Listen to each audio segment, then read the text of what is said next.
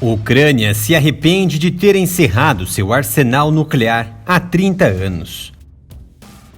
No final da Guerra Fria, a terceira maior potência nuclear do planeta não era a Grã-Bretanha, a França ou a China, era a Ucrânia.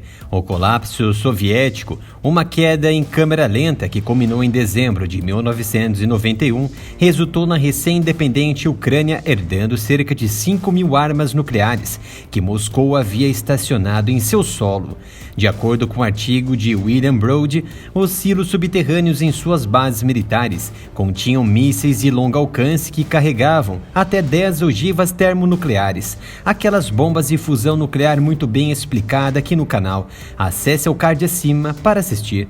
Cada uma dessas ogivas muito mais forte do que aquela bomba que derrubou as famosas cidades japonesas em 1945. Apenas a Rússia e os Estados Unidos tinham mais armas. A remoção desse arsenal muitas vezes é saudada como um triunfo do controle de armas. Diplomatas e ativistas da paz colocam a Ucrânia como um cidadão modelo em um mundo de potenciais potências nucleares. Mas a história mostra que a desnuclearização foi uma reviravolta caótica que abalou com lutas internas, reviravoltas e discórdias entre o governo e os militares do país. Na época, especialistas ucranianos e americanos questionaram a sabedoria do desarmamento atômico. As armas mortais, alguns argumentavam, era o único meio confiável de dissuadir a agressão russa. Hoje a Ucrânia não tem um caminho fácil para produzir ou adquirir os materiais para construir uma bomba. Mesmo assim, a questão nuclear está mais uma vez se agitando enquanto as tropas russas pisam e amassam a nação e travam uma guerra sombria em suas províncias mais orientais. Segundo o ex-ministro da Defesa da Ucrânia, Andriy Zagorodniuk, nós cedemos a capacidade por nada, referindo-se às garantias de segurança que a Ucrânia ganhou em troca de suas armas nucleares. Acrescentou ainda que agora, toda vez que alguém nos oferece para assinar uma tira de papel, a resposta é: muito obrigado, nós já tivemos um desses há algum tempo.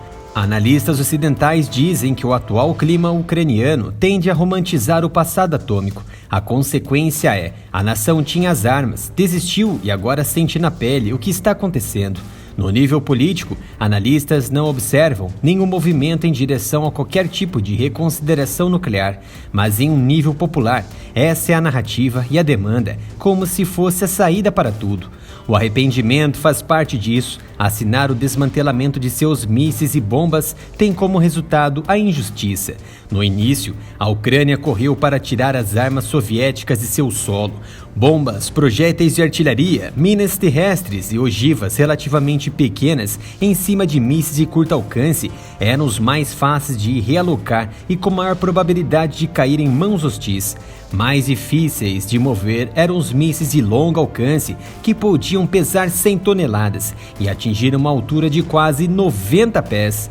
Em janeiro de 92, um mês depois que a União Soviética deixou de existir, o presidente e o ministro da Defesa da Ucrânia ordenaram aos comandantes militares e seus homens que jurassem lealdade ao novo país, uma medida que exerceria controle administrativo sobre as armas restantes.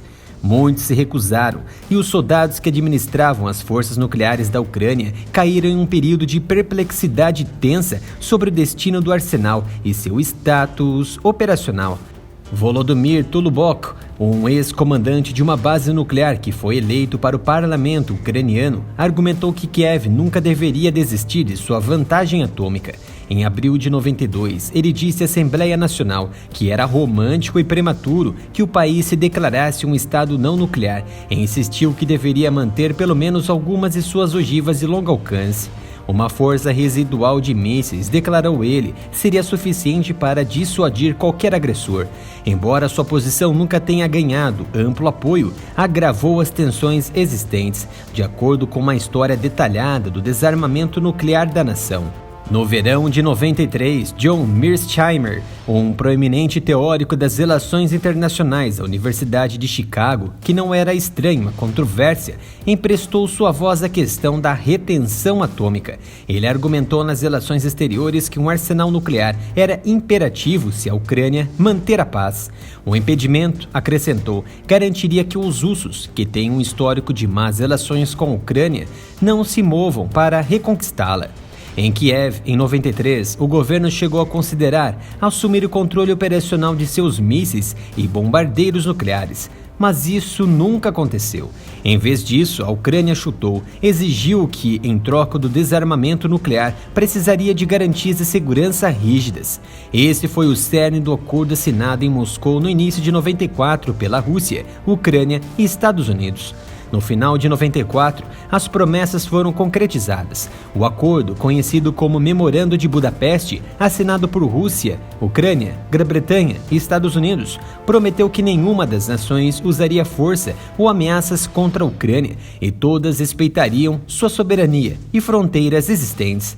O acordo também prometeu que, se a agressão ocorresse, os signatários buscariam uma ação imediata do Conselho de Segurança das Nações Unidas para ajudar a Ucrânia. Embora Kiev não tenha conseguido o que queria, o tipo de garantias juridicamente vinculativas que viriam com um tratado formal ratificado pelo Senado americano recebeu garantias de que Washington levaria seus compromissos políticos tão a sério quanto suas obrigações legais. Em maio de 96, a Ucrânia viu a última de suas armas nucleares ser transportada de volta para a Rússia. As repatriações levaram meia década. O que desfez a façanha diplomática foi o fracasso coletivo de Washington e Kiev em levar em conta a ascensão de alguém como Vladimir Putin, analisou Stephen Piffer, negociador do Memorando de Budapeste e ex-embaixador americano na Ucrânia, agora na Universidade de Stanford. Logo após as tropas russas tomarem conta da península ao sul da nação em 2014 e intensificaram uma guerra por procuração no leste, Putin rejeitou o acordo de Budapeste como nulo e sem efeito. Analistas consideram que os russos estão travando uma guerra de baixo grau há 8 anos e um momento que não se encontra munições nas lojas credenciadas. Muitos civis estão se armando, inclusive nessa última quarta-feira, 23 de fevereiro, o parlamento ucraniano votou pela aprovação em primeira leitura um projeto de lei que dá permissão aos ucranianos para portar armas de fogo e agir em autodefesa.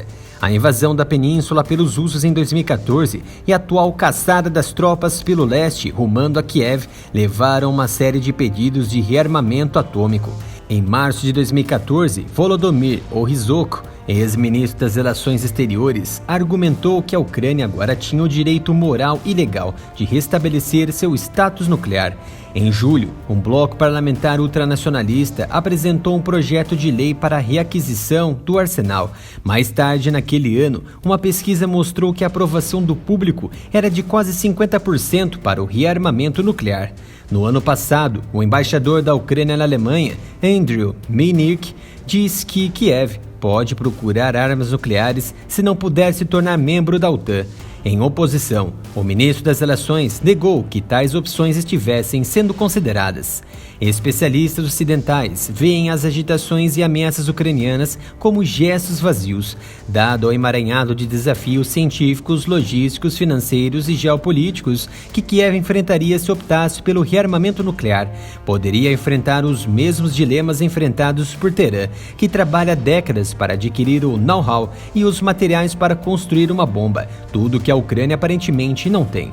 Mais amplamente, os especialistas temem que a crise atual possa transformar a Ucrânia de um exemplo de benefícios do controle de armas em um dos riscos do desarmamento atômico e levar os persas e os sauditas do mundo a buscar seus próprios programas de armas nucleares. Entretanto, os desejos e os trabalhos para isso sejam tarde demais.